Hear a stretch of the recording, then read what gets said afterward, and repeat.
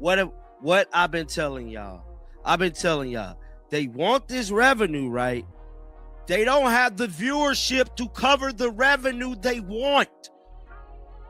Only 4 to 5 set players have actual fan base. The WNBA as a whole do not have viewership to cover the revenue they're having. The professional basketball world is currently facing a financial and structural crossroads that could reshape its immediate future.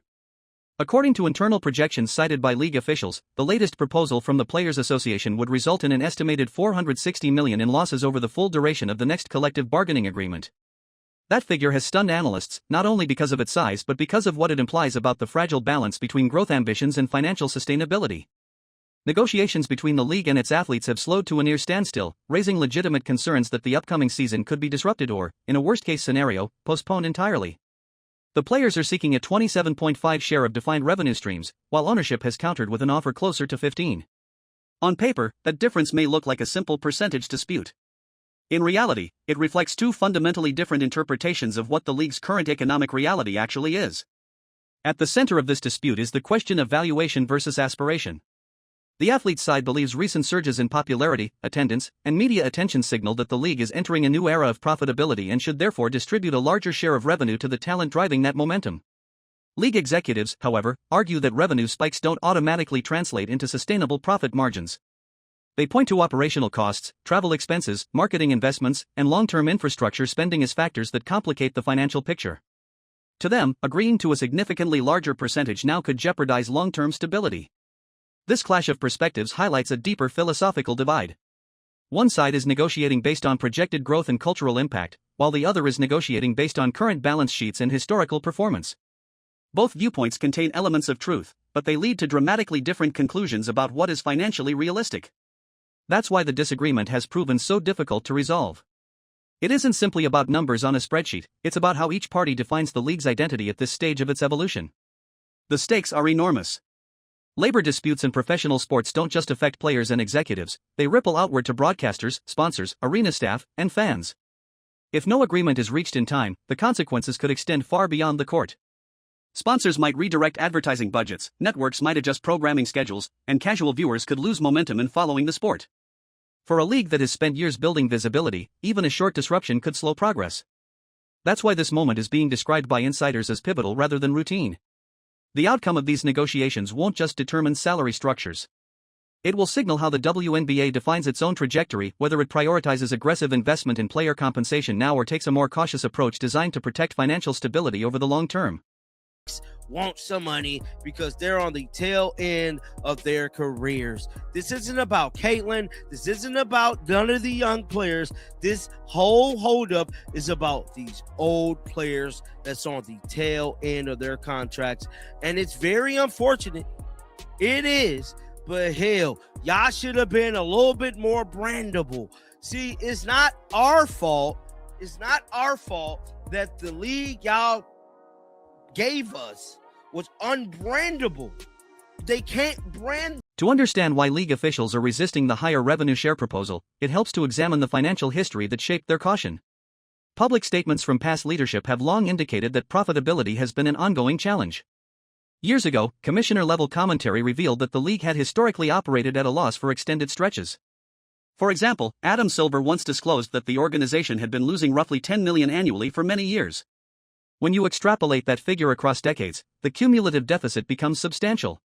Estimates suggested total losses exceeding $200 million over the league's early lifespan. More recent reports indicate those yearly deficits may have grown rather than shrunk. By the mid-2020s, some financial analyses placed annual losses closer to $50 million per year, illustrating that growth in popularity doesn't automatically erase operational costs. Running a professional sports league involves far more than paying players. Expenses include travel logistics, arena leases, staffing, insurance, marketing campaigns, and youth development initiatives. Even when revenue rises, those costs can rise alongside it. Complicating matters further is the league's relationship with its affiliated men's organization, the NBA. That partnership has historically provided financial backing, marketing support, and structural stability. While that connection has helped sustain operations, it also means revenue flows are sometimes distributed across shared ownership structures. Critics argue that such arrangements obscure the true profitability of the women's league alone, while defenders say they're essential to maintaining long-term viability. Recently, a new media rights agreement valued at billions of dollars over more than a decade added another layer to the debate. At first glance, such a deal appears transformative, suggesting the league is entering a financially secure era. However, revenue from broadcasting contracts is typically divided among multiple stakeholders, including investors and ownership groups. Once those allocations are accounted for, the portion that actually reaches team operations is significantly smaller than headline figures suggest. When analysts break down those numbers, they find that the annual distribution per franchise may be only a few $1,000,000 from that deal alone. That's helpful income, but it isn't enough to guarantee profitability by itself. Teams must still rely on ticket sales, sponsorships, merchandise, and local partnerships to cover the rest of their expenses. This is why league negotiators emphasize caution. From their perspective, committing to dramatically higher player revenue shares before profitability is firmly established could create financial strain rather than stability. The result is a negotiation shaped by contrasting interpretations of risk. Players see rising visibility and believe the league is ready to spend more. Executives see decades of red ink and believe restraint is still necessary. Bridging that gap requires not just compromise, but agreement on which financial indicators matter most. Leagues are private, contributing to obscure picture of extent of its losses. In the first 3 decades of existence, however, over the years, WNBA has taken opportunities to share some numbers publicly with media and is open about its portion. But in 2018, NBA Commissioner Adam Silver said the WNBA lost an average over $10 million per year.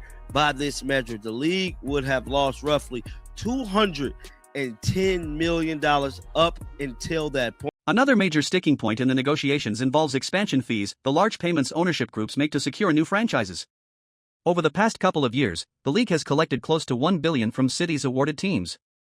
Recent expansion approvals brought in tens of millions of dollars per franchise, with some ownership groups reportedly paying around $50 million for entry rights. On the surface, that looks like a massive financial windfall, and from a cash flow standpoint, it certainly is. But the accounting classification of that money has become a source of intense debate. League officials do not categorize expansion fees as standard operating revenue when calculating the percentage that goes to players. Instead, they treat those payments as capital investments tied to long-term growth rather than yearly income. From a technical accounting perspective, that distinction is common in professional sports. Expansion fees are often viewed as one-time infusions meant to strengthen infrastructure, fund future initiatives, or offset past losses. Because they aren't recurring annually, leagues frequently exclude them from revenue-sharing formulas. However, the Players Association sees the situation differently. From their viewpoint, the optics are difficult to ignore. They see a league publicly announcing multi-million-dollar franchise sales while simultaneously arguing that finances are too tight to increase compensation percentages. Even if the accounting logic is technically correct, perception plays a powerful role in negotiations. When athletes see large sums entering league accounts, they naturally question why those funds aren't reflected in the revenue pool used to calculate their share. This disagreement illustrates how financial terminology can shape labor disputes. Words like revenue, investment, and capital may have precise definitions in accounting, but to people outside finance, they often appear interchangeable. That difference in interpretation can create mistrust, especially when negotiations are already tense. Players may feel money is being hidden, while executives may feel their accounting methods are being misunderstood. The situation is further complicated by timing. Expansion activity suggests confidence in the league's future, which strengthens the players' argument that growth is real and should be rewarded. At the same time, expansion also requires significant upfront spending on marketing, staffing, facilities, and logistics. From management's perspective, those costs justify keeping expansion fees outside the revenue-sharing calculation. Ultimately, this issue isn't just about money, it's about transparency and trust. When both sides interpret the same financial events in completely different ways, progress becomes difficult. Until they agree on which funds count and which don't, every new dollar entering the league risks becoming another point of contention rather than a sign of shared success. Tossing them a bag, Cleveland is getting a team. It goes on to say, this historic expansion is a powerful reflection of our league's extraordinary momentum, the depth of talent across the game, and the surging demands for investments in women's professional sports. WNBA Commissioner Kathy Engberg stated that when the league 3 latest expansion teams were announced, but the WNBA does not count those fees. So it looked like it's these fees. Now, I don't know if per owner, each owner got to pay a fee, but this is looking spooky. I just got to keep. What ultimately makes this negotiation so significant is that it represents more than a dispute over percentages or salary caps. It's a referendum on how the league defines its own identity at this stage of its evolution. Is it still a developing organization that must prioritize financial caution, or has it reached a level of cultural and commercial influence that justifies a more aggressive compensation structure? The answer to that question will shape not only the current agreement but also the precedent for every future contract negotiation. Economists who study sports labor relations often note that pivotal agreements tend to occur during periods of rapid growth. When revenue is stagnant, both sides usually accept modest terms because there's little money to divide. But when visibility rises and new income streams appear, expectations change. Players want their share of the expansion. Owners want to ensure the expansion is sustainable. That tension is exactly what's unfolding now. Another factor influencing the stakes is public perception. Fans today follow negotiations more closely than ever thanks to social media and 24-hour sports coverage. Every rumor, proposal, and counteroffer becomes part of a real-time narrative. That visibility can increase pressure on both sides. Players may feel compelled to hold firm so they don't appear to settle for less than they believe they deserve.